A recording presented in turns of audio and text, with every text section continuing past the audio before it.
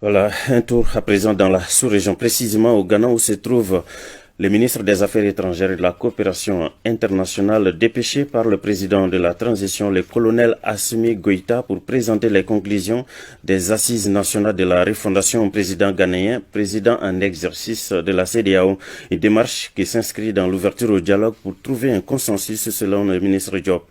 Concernant le chronogramme des élections, le ministre a fait cas de la proposition des Maliens de la fourchette de 6 mois à 5 ans. Le président dit avoir noté et promet de partager ses conclusions avec ses homologues. Après l'entrevue, nos envoyés spéciaux Sira Bachili et Aboubakar Traoré se sont entretenus avec le ministre Diop. Suivez l'entretien.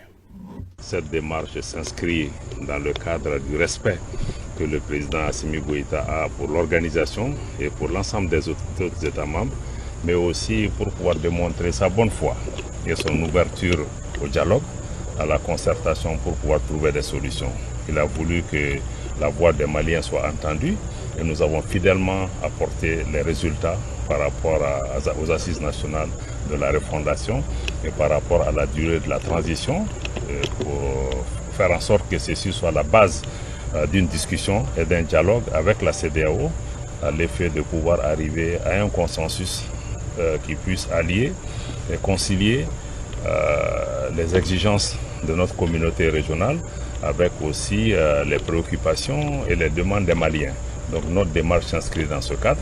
Nous restons ouverts, disponibles pour poursuivre les discussions avec la CEDEAO pour pouvoir arriver à une solution qui prenne en charge l'ensemble de ces préoccupations.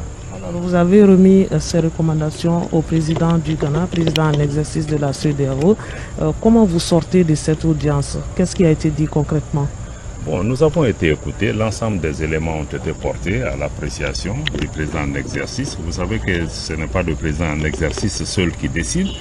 J'imagine que les éléments qui ont été présentés, y compris un chronogramme, feront l'objet de partage et d'examen par l'ensemble des chefs d'État. Et nous espérons qu'en retour, la CEDEAO pourra venir pour pouvoir engager des discussions techniques avec nous pour voir dans quelle mesure nous pourrons avancer vers une solution consensuelle et l'adoption d'un chronogramme qui puisse consacrer le retour de notre pays dans un ordre constitutionnel normal. Est-ce qu'on peut savoir le chronogramme qui a été présenté tout à l'heure?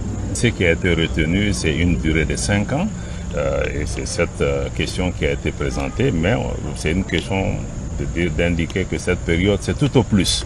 Mais bon, vous savez qu'il y a toujours des discussions possibles pour pouvoir vraiment vérifier le contenu des différentes options qui ont été arrêtées pour arriver à une solution. Quelles ont été les premières réactions du président ghanéen? Le président ghanéen a pris bonne note de cela et il a promis de partager l'ensemble de ces informations avec les autres chefs d'État à l'effet de faire l'objet d'un examen par les chefs d'État.